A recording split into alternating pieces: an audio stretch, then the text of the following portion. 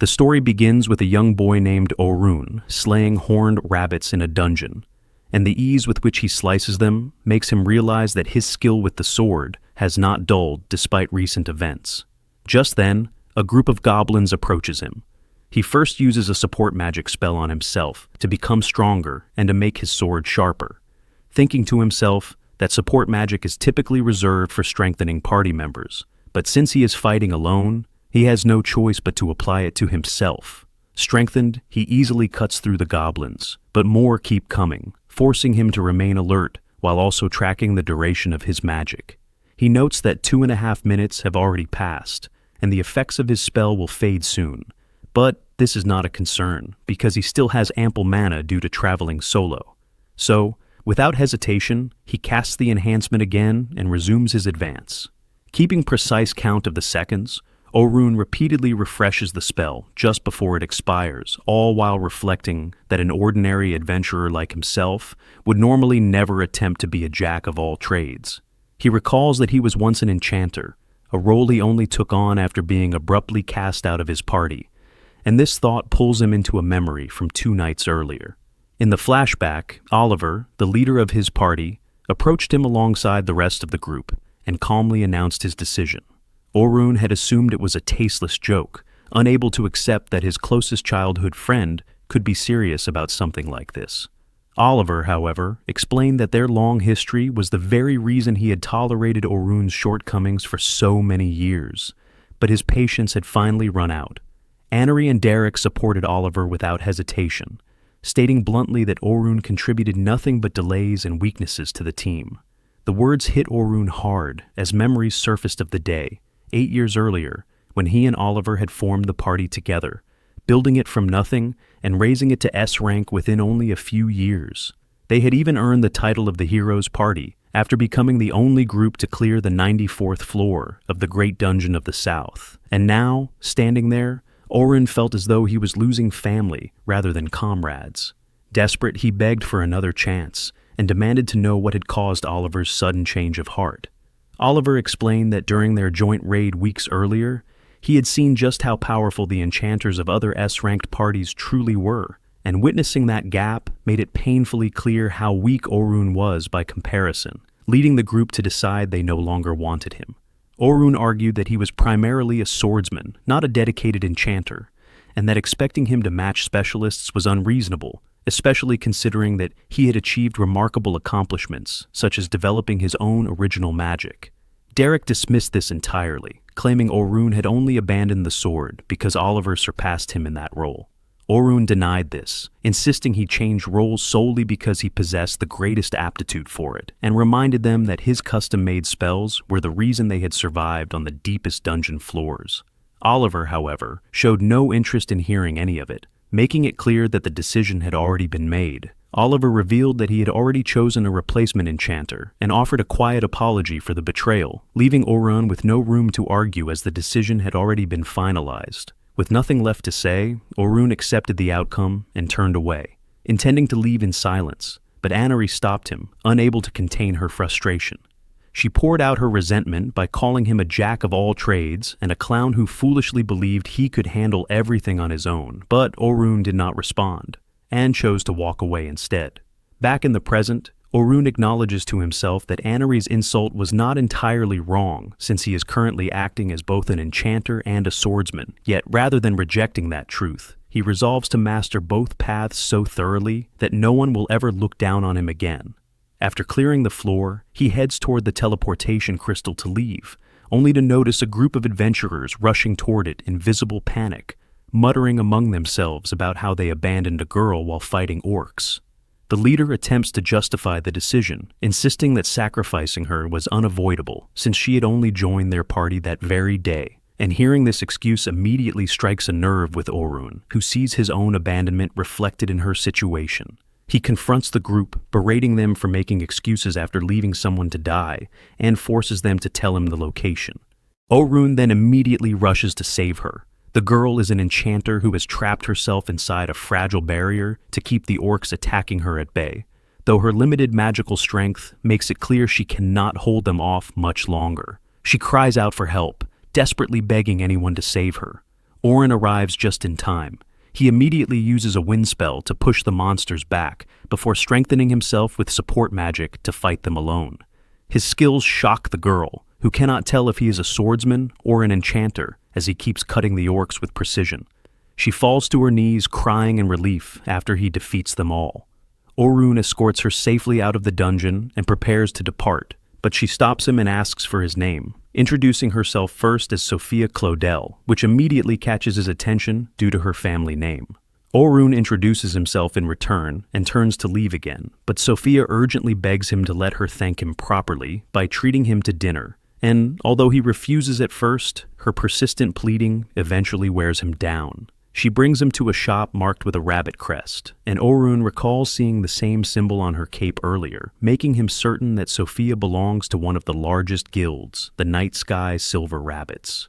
Inside the establishment, Sophia unexpectedly encounters her older sister Selma, who is there for a business meeting, and the sight of Sophia arriving with a man immediately causes Selma to assume her younger sister is secretly dating. Selma scolds Sophia, declaring that she is far too young to have a boyfriend, prompting Sophia to hastily deny any romantic involvement, after which Selma takes a closer look at Orun and recognizes him.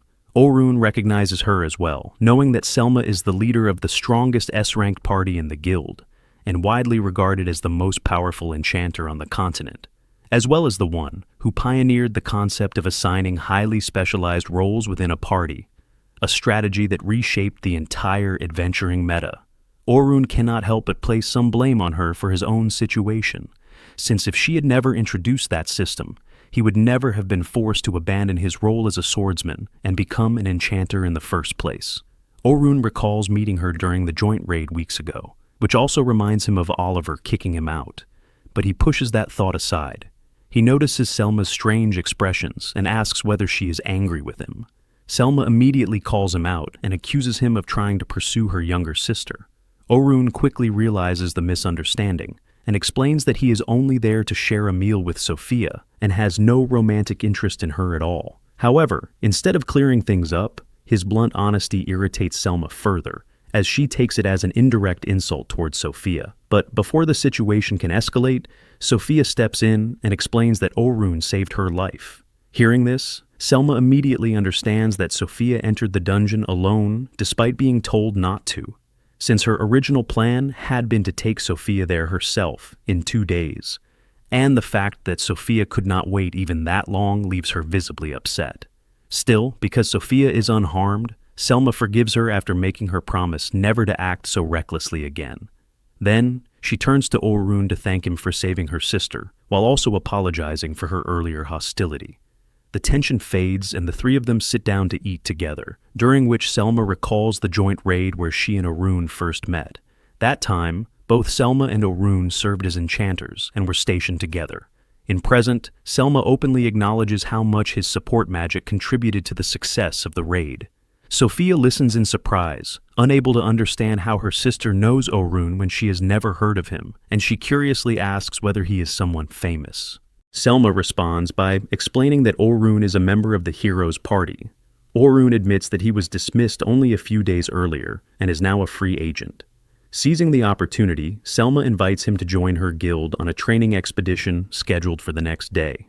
She explains that the mission will have A-rank adventurers guiding new recruits through 50 floors of the dungeon. Normally, this journey would take many months to complete. However, she says she knows a special shortcut, and there is also pressure from the guild's sponsors to finish it quickly. Orun deduces that the true purpose of the expedition seems to let novices gain easy experience by having veterans defeat the periodic floor bosses for them, an insight that visibly impresses Selma. She confirms that he is right and explains that floor bosses appear every 10 levels, posing an insurmountable obstacle for beginners. But if experienced adventurers defeat those bosses for them, the recruits can advance smoothly. Since she considers Orun a seasoned, top-ranked adventurer, she insists he is uniquely qualified to help and offers generous compensation for his assistance. Although her request genuinely pleases him, Orun cannot understand why she values him so highly when his own teammates discarded him as a burden with weak magic, and because he no longer wishes to be an enchanter, he hesitantly refuses.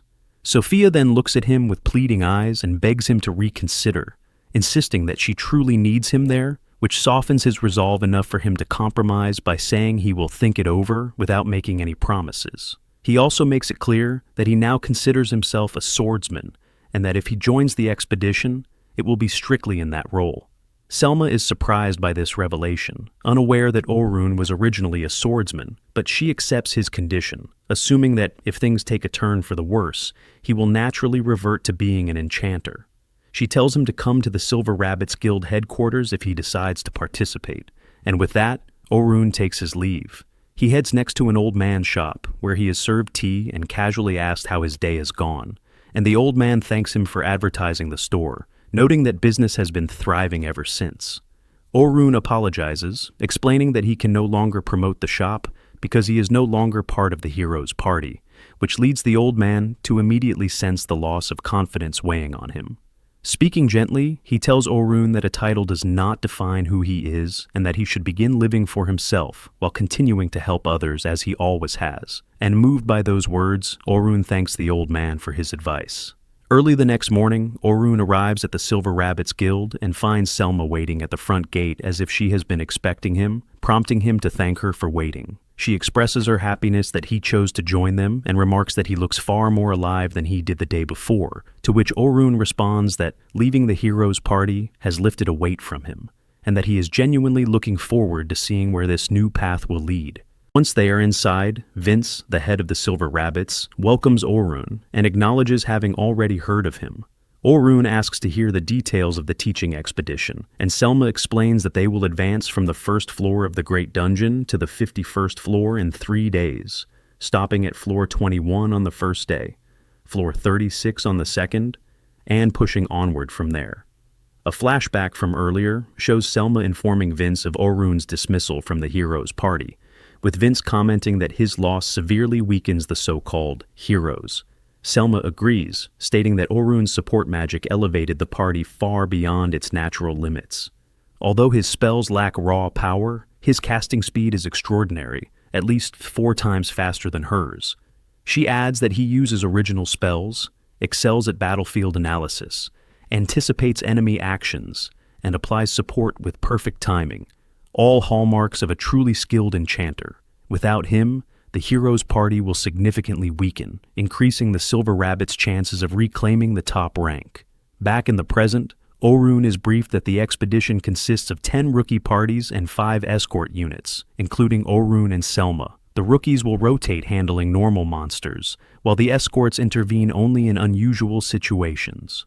Orun questions why there are only 5 escorts, arguing that such an aggressive schedule would normally warrant more A-rank support. Selma hesitates, then explains that the pressure is intentional to accelerate the rookie's growth. Orun senses this is not the full truth and realizes the expedition's success is more important than they admit, but accepts that he is not meant to know everything and agrees to help. Vince offers him 2 gold coins up front and 10 more upon completion, an amount equal to a year's living expenses. Orun hesitates, but Selma bluntly states that this reflects how highly they value him, ending the discussion. Though surprised, Orun feels encouraged by their trust and resolves to give his full effort.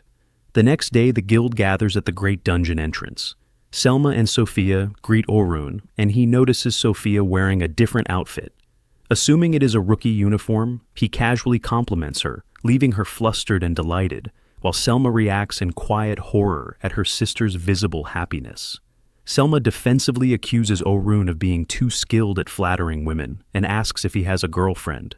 He denies it, explaining that living with multiple women in the hero's party made him comfortable speaking naturally. Selma somewhat accepts this explanation. Sophia asks where Orun is staying, and he replies that he is currently at an inn but needs a permanent place. Selma sharply questions Sophia's intentions, causing her to panic and deny any interest, claiming she was only curious. Selma calms down and asks why Orun is standing apart from the group. He explains that, as an outsider, he does not want to make the rookies nervous. Selma says the rookies already look tense and his presence may actually help. She asks Orun to follow her and sends Sophia back to her party.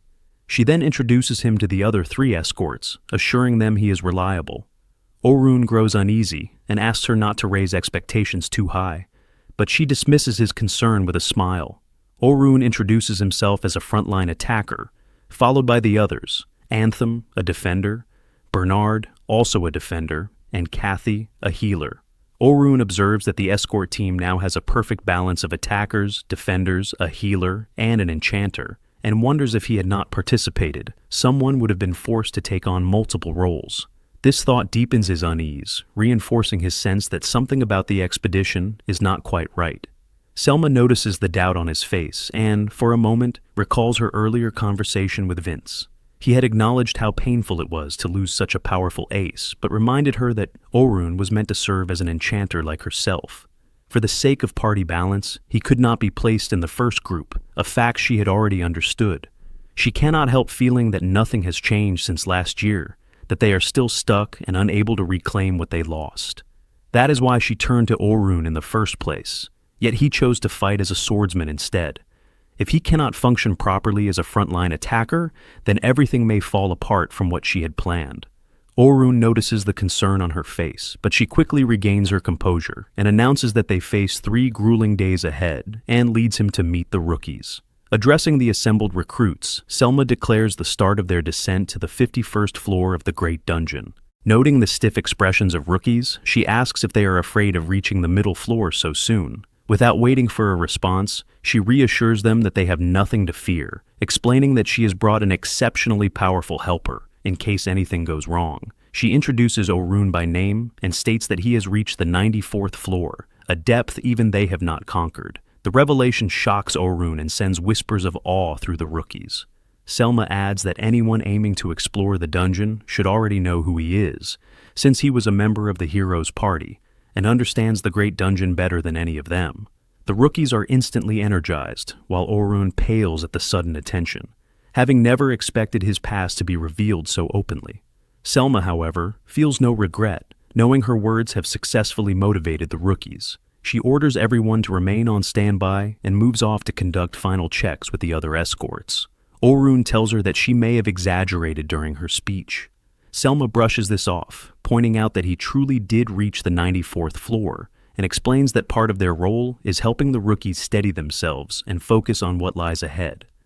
Orun cannot argue, though he feels uneasy, remembering that he only accepted the hero title to help the old man's shop, and hoping this attention will not cause trouble later. Selma then assigns Orun to escort Group 10, calling them her most promising rookies and explaining that, if they learn to function properly as a party, they should have no trouble reaching the middle floors. Orun accepts, though he privately questions whether it is wise to entrust the most promising rookies to an outsider like himself.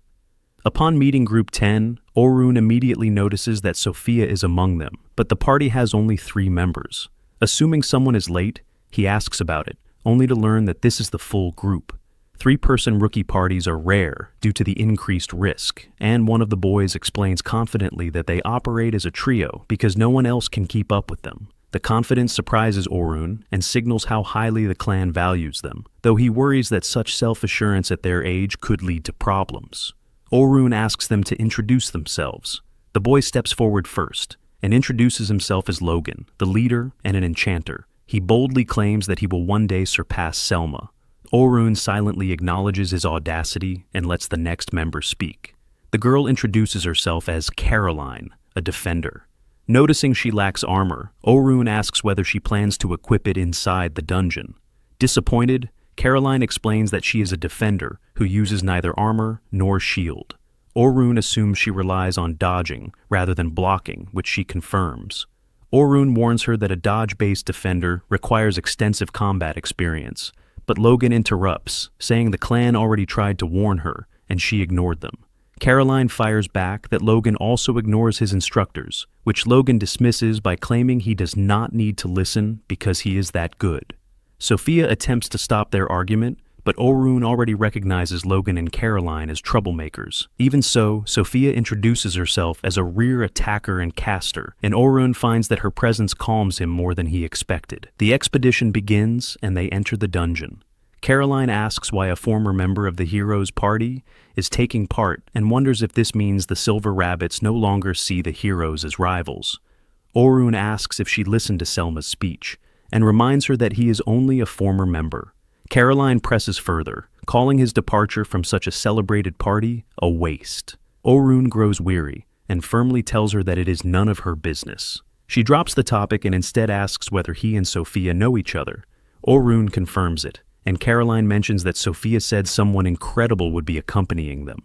Nervous, Sophia admits that Orun is the person she meant, explaining that he saved her life, that he is strong, and that her sister assured her there was nothing to worry about if he was present.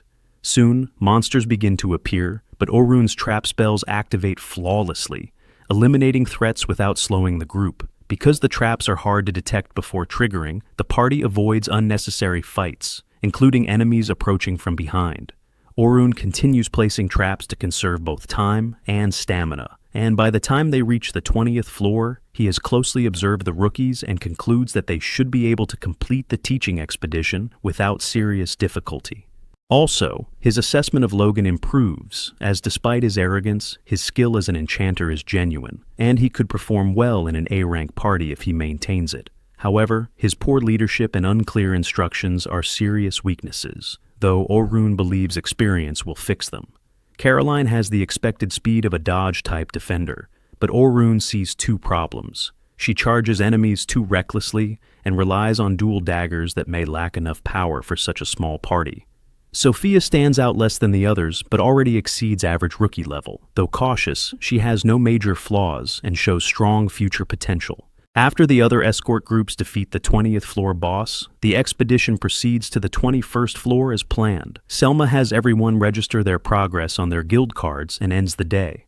Outside the dungeon, she asks Orun if he enjoyed escorting, and he answers honestly that Group 10 has great potential, but is not yet cohesive, adding that Caroline in particular concerns him. Selma laughs awkwardly and remarks that Caroline has improved greatly, which only makes Orun wonder how bad she was before, and they part for the night. The next morning at the inn, Orun opens the newspaper and freezes upon seeing Oliver featured on the front page, alongside news that the heroes' party has already recruited a new enchanter, making his removal public. He slams the paper down, bitterly muttering that they do not understand how deeply this hurts, and wishing they had at least waited until the teaching expedition ended. Thinking of the rookies, he realizes with dread that their perception of him could change if they read it. Unable to undo it, he leaves the inn early for the meeting point. While walking through the city, a familiar voice calls his name. He turns to see Luna, his ex-colleague from the heroes' party. She approaches and greets him, saying it has been a long time. He recalls that even as others grew distant, Luna always treated him the same. She had been away on an errand when he was expelled, and Orun knows that if she had been present that day, events might have unfolded differently. He asks her what she wants, and Luna unexpectedly asks him to return to the heroes' party, saying they need his strength. Though surprised, Orun admits he expected this from her, knowing how highly she regards him. He responds that he does not believe the rest of the party feels the same way, especially after the newspaper article. Luna admits she has not seen it and says she is asking on her own initiative, promising to persuade the others if he comes back. Her sincerity makes it clear she truly intends to bring him back, but Orun knows it is no longer possible. He tells her that after what has been published in the article, returning is no longer an option, nor something he wants. Luna apologizes softly, unaware of what had been written, yet still takes his hands and reminds him of the promise they made to clear the great dungeon together. The words cut deeply, and Orun sharply pulls away, saying the promise was made with Oliver, and since Oliver cast him out, it can never be fulfilled. Luna falls silent, unable to reply. Orun apologizes and walks away without looking back, leaving her standing alone. Deep down, he wishes the three of them could have remained as they once were and that their childhood promise could still be kept. But he knows with certainty that there is no path back to that past. Orun walks toward the dungeon entrance, uneasy about how the children will view him after the article claims he was expelled from the heroes' party for being too weak. By the time he reaches the meeting point, he hears the students murmuring about it, questioning why he never told them the truth. But before any of them confront him, Selma arrives. Selma apologizes to Orun for repeatedly introducing him to the rookies as a member of the heroes' party the previous day. Orun tells her there is no need to apologize, admitting that he bears some responsibility for being vague about what happened. Regardless of how the article frames it, he did reach the 94th floor and performed well the day before, so there is no reason for a single article to cast doubt on his abilities. Caroline and Sophia continue to trust Orun completely, but Logan is no longer convinced and directly asks whether the article is true.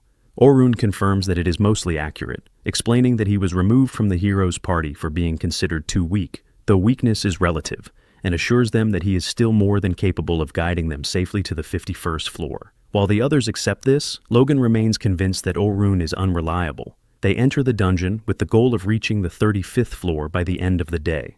As their supervisor, Orun is not allowed to actively assist until they reach the 31st floor, so he observes closely and stays ready to intervene.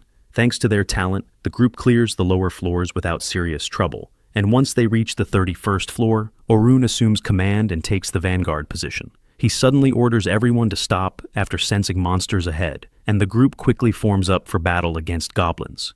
Orun instructs Caroline to attack first, and she charges in immediately, pushing herself too far and risking being overwhelmed. Orun is about to tell Logan to cast support spells, but Logan has already started casting on his own, deciding that Orun's instructions are unnecessary. In his mind, if Orun is no longer a hero, then anyone could do what he does. Orun immediately understands what Logan is thinking, but it does not concern him, and he shifts his attention to Sophia, who is facing an orc and frozen in place due to lingering trauma from nearly dying in the dungeon before. Orun deliberately refrains from intervening, while Logan judges him as an incompetent instructor for not rushing to her aid and prepares to step in himself. Just then, Logan notices Orun discreetly casting an agility debuff on the orc, slowing it just enough to buy Sophia time to regain her composure. Orun reminds Sophia calmly that she is strong enough to handle the situation, and that she is not alone, as Caroline, Logan, and he himself are all ready to support her if anything goes wrong. Reassured, Sophia gathers her courage and casts an advanced fire javelin, completely destroying the orc.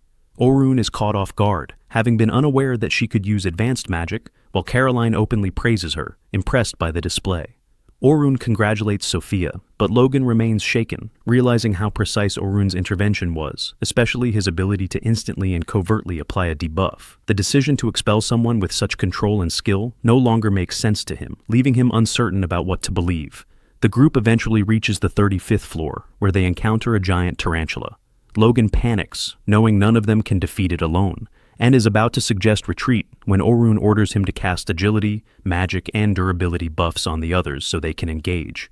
Logan thinks the idea is reckless, but Caroline has already rushed forward to confront the monster.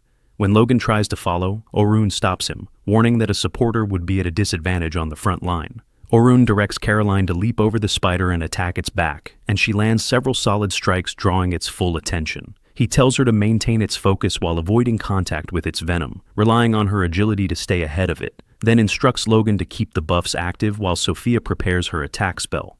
Once Sophia finishes casting, she releases several air slashes that sever 4 of the spider's legs and slam it into the ground, though the fight is not over yet. Orun immediately tells Logan to apply strength and agility buffs to Caroline, a command that only makes sense moments later when the spider fires its thread and begins dragging Caroline toward its fangs. Orun had ordered the buffs in advance so she could break free on her own, but even with the enhancement, her strength falls just short, forcing him to quietly add a sharpness enchantment to her dagger. The added cutting power allows Caroline to sever the thread and escape, after which Orun orders Sophia to finish the monster with a rock bullet, finally bringing the battle to an end. Orun congratulates everyone on their performance, and the group returns to the surface, knowing that the next day will be the final push toward the 51st floor. Selma instructs everyone to rest well, and as Orun prepares to leave, 2 other supervisors approach him, not to confront him, but to invite him to dinner. Having had little chance to speak with them during the expedition, Orun accepts, and they head to a tavern together. At the same time, Sophia, Caroline, and Logan ride home in a carriage, where Logan remains quiet, replaying everything he witnessed. Remembering Sophia once said Orun saved her from a group of orcs, he asks what she remembers of that fight.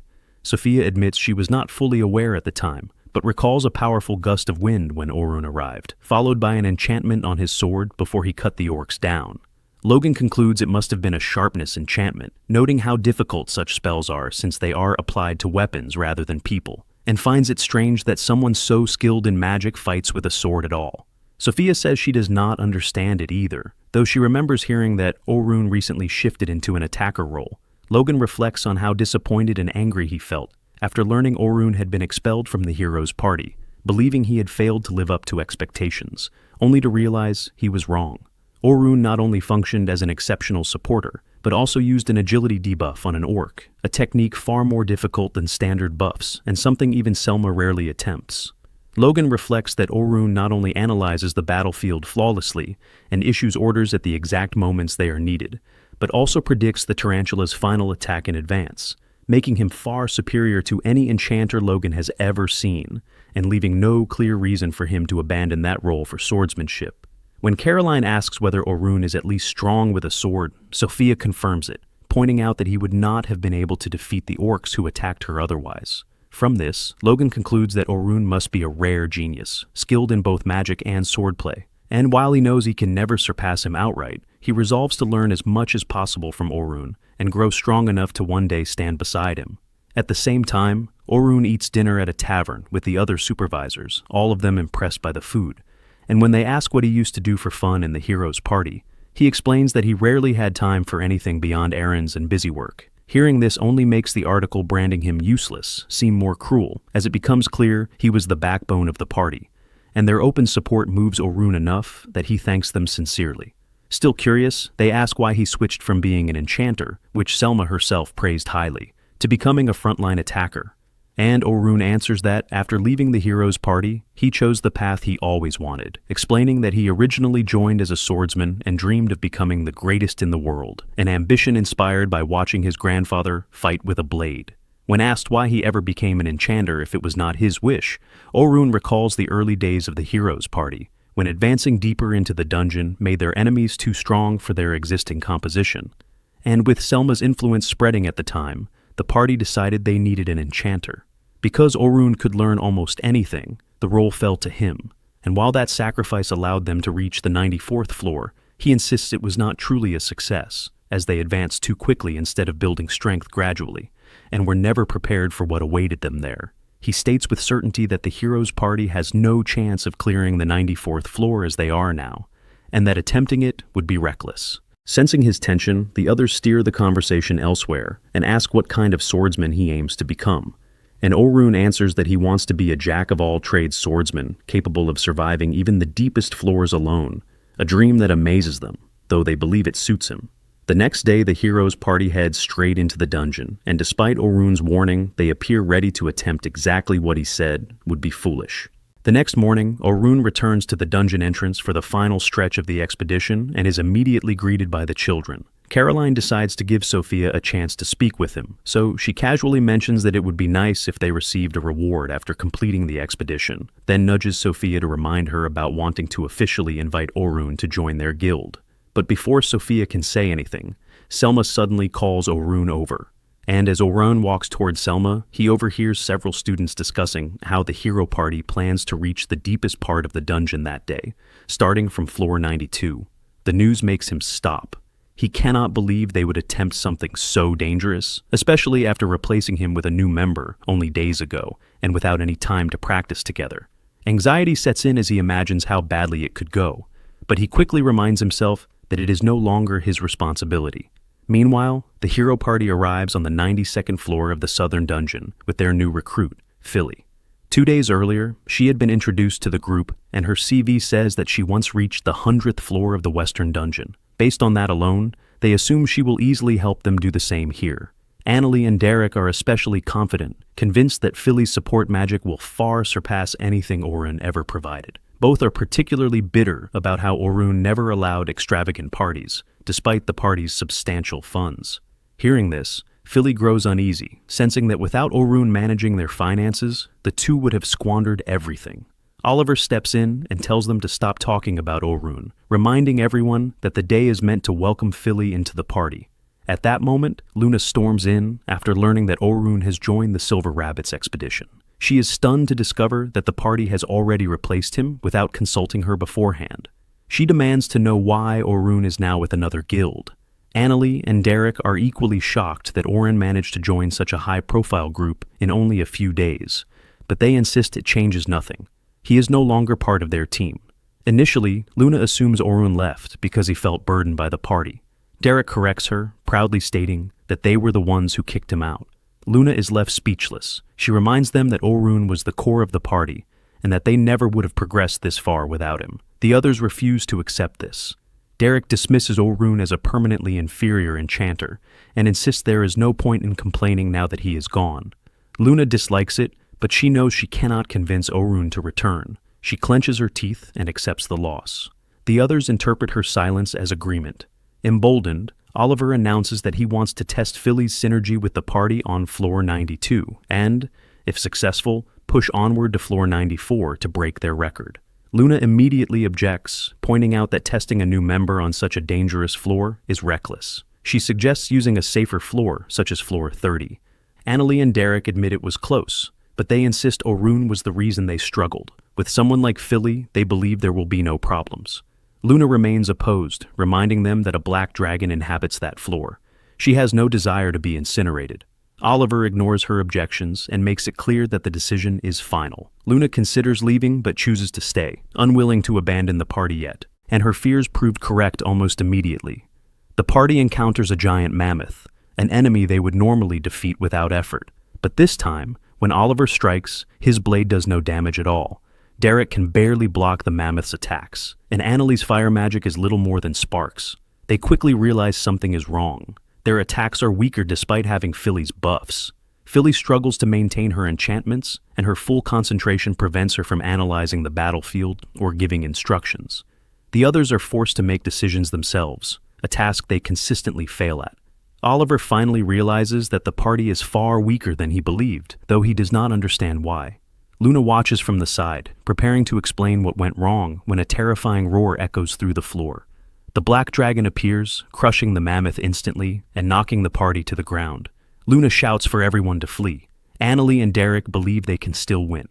Oliver shares their misplaced confidence, assuming that because they defeated the dragon once before, they can do it again. Derek charges forward to block a fireball and is immediately blasted to the ground. Luna rushes to heal him, while Philly stands frozen in terror. Annalie, filled with regret, launches a fire javelin that leaves the dragon completely unfazed, drawing its attention and resulting in her being blasted back. Oliver panics as everything collapses around him. Luna shouts for him to focus and escape while they still can. He agrees, but the dragon begins charging another attack, and both Annalie and Derek are unconscious. Luna asks Oliver to buy her time while she heals them. Oliver orders Philly to snap out of it and cast every buff she can on him. She complies, and Oliver unleashes his ultimate attack. But his strike collides with the dragon's fireball and is completely negated, sending him flying. Despair overtakes him.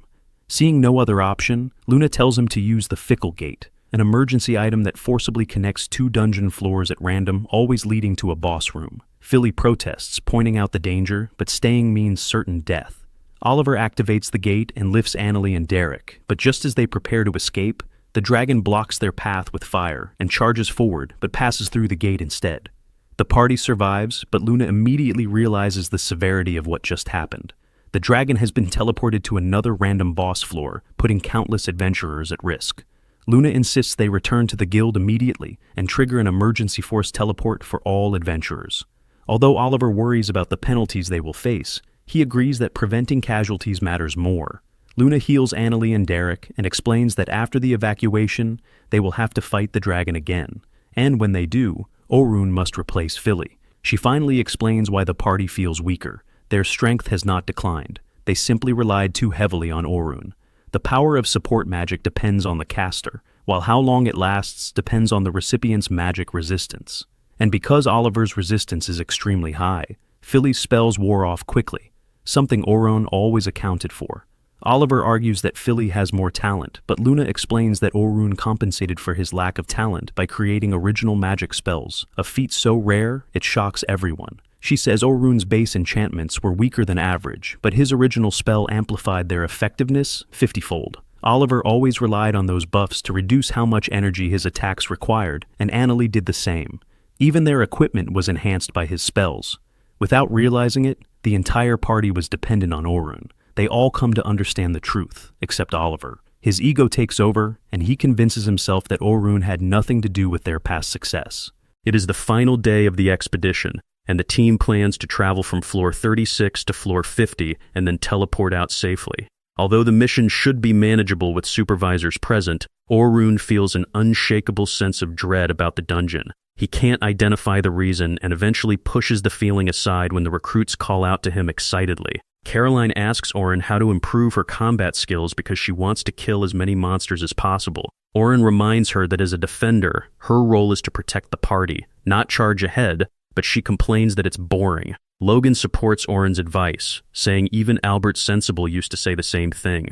The mention of Albert catches Orun's attention. Albert, the famed ace of the Silver Rabbit Guild, died last year fighting the Black Dragon on floor 92. Caroline knows the story and explains that Albert died protecting a teammate even though that wasn't his role. She's determined not to let something like that happen to her own team, which is why she rushes ahead. Orun notices her unresolved trauma, but chooses not to address it.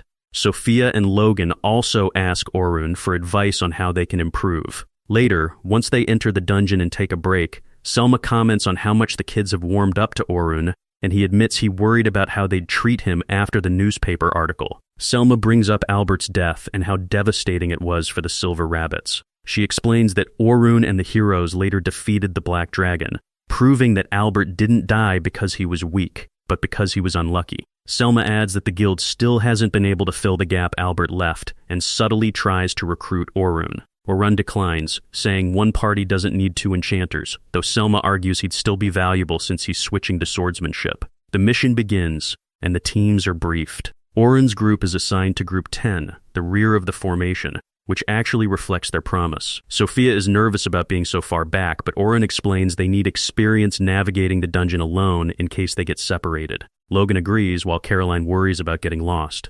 Orun stresses the importance of gathering information beforehand, especially dungeon maps. Caroline asks him to share what he knows about deeper floors. Orun explains that the lower floors start around floor 76 and are usually ice or snow themed, and the deepest floors begin at floor 91, but he's constantly interrupted before he can say more. On the surface, Luna arrives at the Adventurers Guild with the hero party and urgently asks to see the guildmaster. The receptionist, Philly, tells her the guildmaster is in a meeting, but Luna insists there's no time and demands that everyone be forced teleported out of the dungeon immediately. Back in the dungeon, the group senses something is wrong. They haven't encountered any monsters in a large area where there should be many. Logan asks Orun if this is normal on floor 40, but Orun has never seen anything like it and suspects the monsters are afraid of something unknown. Caroline grows impatient and charges a lone goblin. Orun warns her that it's strong enough to kill her in one hit, but she ignores him. He intervenes and debuffs the goblin so she can defeat it. Caroline proudly claims the kill, but the others scold her for being dangerously reckless. Caroline realizes her mistake and apologizes for putting the team in danger. Orun accepts her apology on the condition that she's more careful and offers to teach her active defense later. He explains that it involves drawing enemy attacks to keep them occupied while the party prepares a counterattack. Although Caroline finds this exciting, Orun reminds her that her role isn't to defeat enemies, but to stall them for her teammates. On the surface, the guildmaster meets the hero party and hesitates to force teleport everyone out of the dungeon because of the huge mana cost. Luna insists it's an emergency, explaining that the Black Dragon escaped through her fickle gate and is now on a random dungeon floor. If nothing is done, someone is bound to run into it. Back in the dungeon, Logan asks Orun to teach him debuff magic, but Orun explains it's too difficult and unreliable to use as a main skill, especially on deeper floors. Instead, Orun shows him how to set traps to control the battlefield and stop enemies from ambushing the party. That is an important job for an enchanter. Orun also advises Sophia to learn parallel casting to get stronger. Since her powerful spells take time to activate, starting a second spell while the first is still charging will make her much more effective in battle. He suggests she train after the mission and says Selma could teach her later. Sophia admits she'd rather learn directly from Orun, and he agrees, even though he's a bit reluctant. On the surface, the guild finishes preparing the forced teleport and orders the hero party to return to the dungeon to fight the Black Dragon. The party is clearly scared, and Anelli tries to delay by saying they need time to recover, but Luna cuts her off and insists they go back immediately. Back in the dungeon, Orun leads the supervisors to defeat a dangerous troll boss while keeping the recruits out of harm's way. The hero party heads back into the dungeon with Luna leading. Others question why adventurers on floors 40-50 were evacuated first. Luna explains it's because Orun is likely there, and they'll need his help to have any chance of defeating the Black Dragon.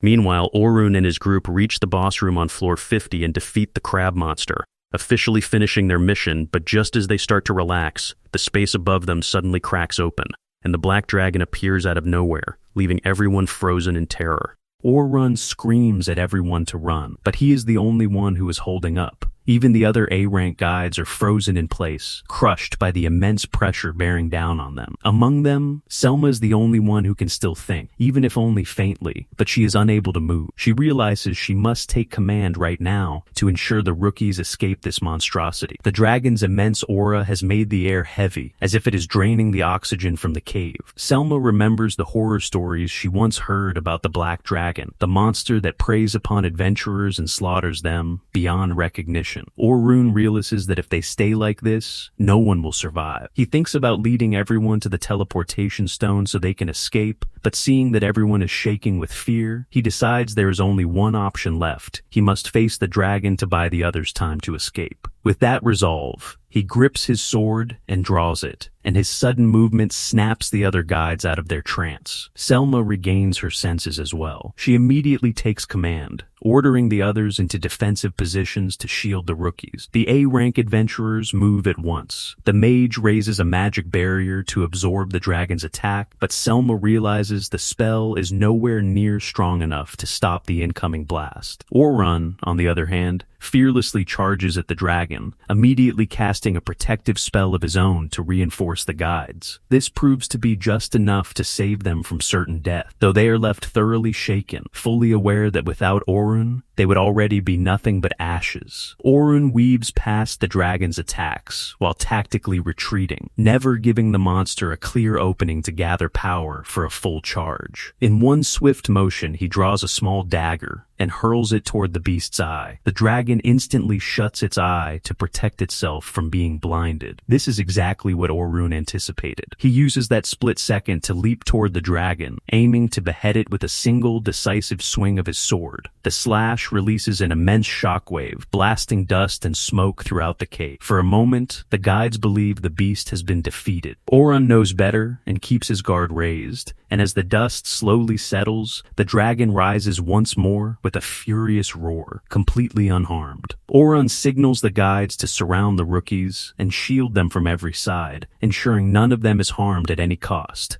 while he draws the dragon's attention. Selma hesitates, but Orun urges the rookies to hold on and then rushes forward once more. The dragon gathers its flames and unleashes a barrage of fiery breath. Orun slips through the inferno, narrowly avoiding each blast. He circles the monster, keeping its focus locked on him and away from the others. Selma and the others are stunned by Orun's skill and bravery. Selma questions whether it is right to let him fight such a deadly beast by himself. She realizes how deeply she cares about Orun now, and the thought of losing him tightens her chest. Orun is fully focused. He slips past one attack after another and even manages to reflect one of the dragon's blasts back at it, driving the dark beast into even greater rage. Logan and Sophia stare in shock, having never seen reflection magic before. Even the greatest mages in the world cannot perform true magical reflection. This spell is one of Orun's own creation. Even so, the dragon's scales are impossibly tough. Despite taking the full power of the reflected fire, the monster remains standing, completely unharmed. Orun understands that he has run out of safe options. From here on, he must take risks. He activates a multi-casting boost, forming 6 magic circles at once and raising his power. Selma watches in awe, knowing that even high-level mages struggle to maintain more than 3 circles, but Orun has formed 6 with ease. She wonders if she should step in, because even with this boost, he may still not be strong enough to defeat the monster alone. Before she can decide, Orun layers another full-body enhancement over the first, then adds yet another. One after another, he stacks his spells, multiplying and doubling his strength 36 times over. The guides can only stare in disbelief. What Orun is doing is supposed to be impossible. Orun's body begins to glow as raw power surges through his form. The dragon does not understand the change and lashes out with a violent sweep of its tail, but Orun vanishes from its path and reappears on a nearby ledge so fast that it feels as if he is teleported. Selma is startled to witness his true potential. Orun has gone beyond the limits of any support mage in history and is reshaping everything people believe about magic. He drops back down to the ground, chaining one original spell after another. Blood begins to run from his nose. He knows he has pushed his strength beyond human limits and cannot withstand the strain. Plus, his mana is draining at a terrifying speed because he is maintaining dozens of spells at once, a burden no caster can sustain for long. Orun understands that he has only one chance to win. He must end this fight as quickly as possible. He rushes the dragon, slipping past its attacks, then leaps into the air to strike from above. The dragon senses the threat and swings its tail upward to smash him out of the sky, but Orun forms a solid platform of mana beneath his feet and lands on it, causing the dragon's strike to miss. Logan watches in stunned disbelief. Orun explains that he can gather all the surrounding magic into one place and transform it into metal, which is how he created the platform. He compares his ability to Oliver's divine flash, which also gathers large amounts of magic into a single point. Orun rushes at the dragon once more, and this time he lands a devastating blow to the dragon's neck, slicing through its thick armor and cutting into the flesh beneath the scale. The dragon crashes to the ground with a heavy thud. Logan and Sophia celebrate, believing the dark beast has finally fallen. Selma knows better. The dragon is only wounded, not defeated. Orun has reached his limit. He stumbles, struggling to keep his balance, forcing himself forward to continue the attack and deny the dragon any chance to recover. Selma wants to rush in and help him, but she knows the truth. Even the strongest members of their clan together could not land a single strike on the dragon. She wonders what she could possibly do. The dragon rises again and releases a blast of fire to force distance between itself and Orun. Dark magic gathers around its body, forming a storm of shadowed energy before it unleashes a barrage of magical spears. Orun relies on his speed to avoid most of them. While he keeps dodging, he recalls the time from his past, when he used to run through the streets with Oliver, unaware of danger. Then bandits attacked their village and burned everything they loved. They were helpless, able to do nothing but cry as their world fell apart. The next morning, they buried everyone they could find. From that day on, they vowed to grow stronger, to reach a point where they could protect what they cared about so that nothing could ever be taken from them again. Drawing strength from those memories, Orun steps out of the dust and walks straight toward the dragon, refusing to yield in the face of certain death. The dragon begins charging its strongest attack, the very power that has ended countless adventurers and earned its name as living death. The magical spears tear through the air toward Orun. He weaves between them, each strike missing him by mere inches. He then launches a fireball to distract the dragon before leaping in to sever its head. But the strike fails as the dragon's scales harden into an unbreakable shield. Orun recoils and retreats, dodging what spears he can before raising a wall of magic in front of himself to shield against the remaining barrage. The dragon changes its pattern and curves one of the spears to strike from behind, but Orun reacts with near godlike reflexes and reflects the spear away. He presses forward, dodging and striking in quick succession, never giving the dragon room to turn its attention toward the rookies. Orun remembers the last time he fought the black dragon. Derek and Luna helped him deal with its purple spear attack, and Oliver ultimately finished the dragon with his divine flash. Realizing he needs to do something similar, Orun sets a trap spell that rains precise attacks down on the dragon, buying himself time to charge magic convergence into his blade. The technique mirrors Oliver's ultimate attack, though Orun's sword darkens as it absorbs the condensed power. He releases the strike with everything he has. The slash tears through the dragon's attack and lands squarely in its chest. For a moment, it seems over, but the dragon rises again and surges forward, forcing Orun to retreat. His enhancements begin to fade, but with the last of his mana, he reinforces himself once more and delivers a powerful blow that sends the dragon crashing from the sky. Even then, the dragon survives and drags itself back to its feet. Orun gasps for air, realizing that both of them are nearing their limits. His sword fractures and shatters into fragments in his hands. Realizing this ends now, one way or another, he makes his choice and forms a dark void before him, drawing in every trace of energy around them and shaping it into a tightly focused blade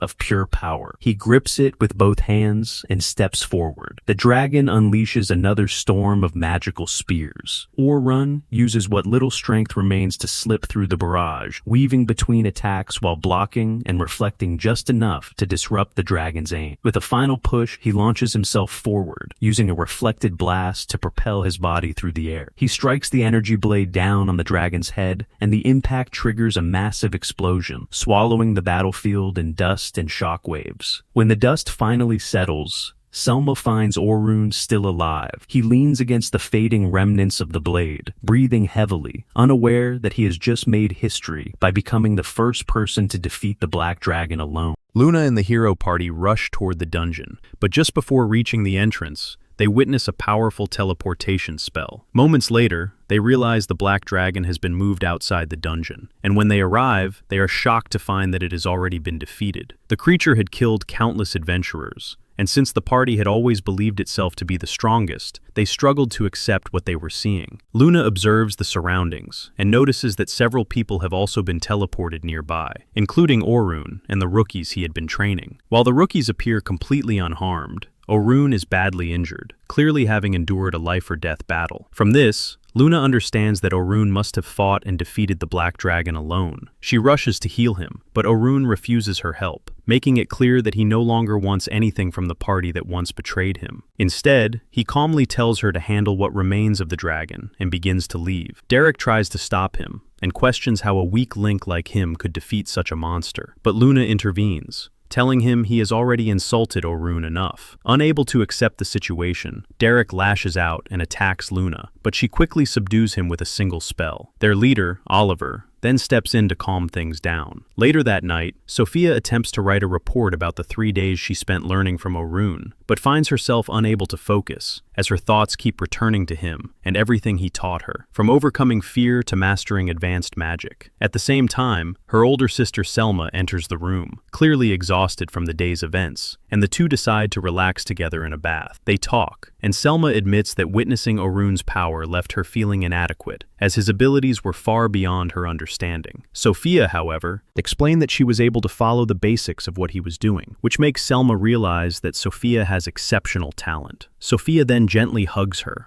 and tells Selma that she is still the person she respects the most, and hearing those words comforts Selma more than anything else. The next morning, Orun wakes up in severe pain from the previous battle. To endure it, he repeatedly uses small pain relief enchantments on himself. Even so, he has to force himself to get up and continue his day. Selma meets him early, and they have breakfast together. During the meal, she informs him that her superiors want to meet him. Since Orun has no immediate plans after the expedition, he agrees to go with her. They meet Vince Briars, the leader of the Night Sky Silver Rabbits, who quickly offers Orun a position in his clan. Not only would he join, but he would also become a lieutenant in their strongest party. Although this is an opportunity most adventurers would accept without hesitation, Orun feels unsure, as his past betrayal makes him reluctant to trust another group so easily. Before they part, Vince also tells him that the Adventurers Guild wants to speak with him. Afterward, Orun visits the old man's shop to receive some guidance. He explains his situation and admits that he is afraid of being used and abandoned again. The old man tells him that fear is natural, but constantly thinking about being used will only cloud his judgment. He explains that betrayal and heartbreak are painful, but they are also part of growing stronger, and that if Orun lets fear control him, he will never move forward. Hearing this helps Orun regain some clarity. Later, Orun goes to the Adventurers Guild, where members of the High Council and the Hero Party are waiting. The guild leader brings up reports claiming that Orun defeated the Black Dragon alone. The Hero Party immediately objects, arguing that they had already weakened the dragon and that Orun merely finished it off. Orun ignores their claim and instead criticizes the decision of Oliver to bring a newly recruited enchanter to floor 92, where the Black Dragon resides. Oliver defends himself, saying they had a stronger enchanter and that the role is simply to stay behind and provide support. Orun firmly disagrees, explaining that an enchanter must constantly manage buffs and analyze the entire battle, making it an extremely demanding role. Although Oliver realizes this is true, he cannot admit it in front of the council. Meanwhile, Logan, Sophia, and Caroline find Selma and ask where Orun lives. They want to convince him to join the Night Sky Silver Rabbits, because they learned so much from him during the expedition. Selma refuses to reveal his address, but tells them he is currently at the Adventurers Guild. The three rookies rush off excitedly. Just when Orun leaves the guild, he sees them running toward him and immediately runs the other way. After losing them, he ends up back at the old man's shop. The old man asks why he is avoiding them, even though they clearly admire him as their mentor. Orun explains that he does not want to join any party right now, and he knows they will try to convince him to join their clan. The old man suggests that Orun may be afraid, but deep down, he is searching for a place where he truly belongs. Later that night, Sophia meets Orun beneath the moonlight. She first speaks of the moon's beauty before finally asking him to join their clan. Instead of answering directly, Orun asks her what the night sky silver rabbits mean to her. Sophia replies that the clan is the reason she can smile every day. It is more than an organization, it is a place where she belongs. Her answer resonates deeply with Orun, and for the first time, he begins to see a clan not as another guild that might betray him, but as a possible home. The next day, Orun goes to the Night Sky Silver Rabbit's headquarters and announces that he has decided to join them. Immediately, Selma brings him his new uniform, and with renewed determination, Orun prepares to begin a new journey alongside companions he hopes will stand by his side no matter what.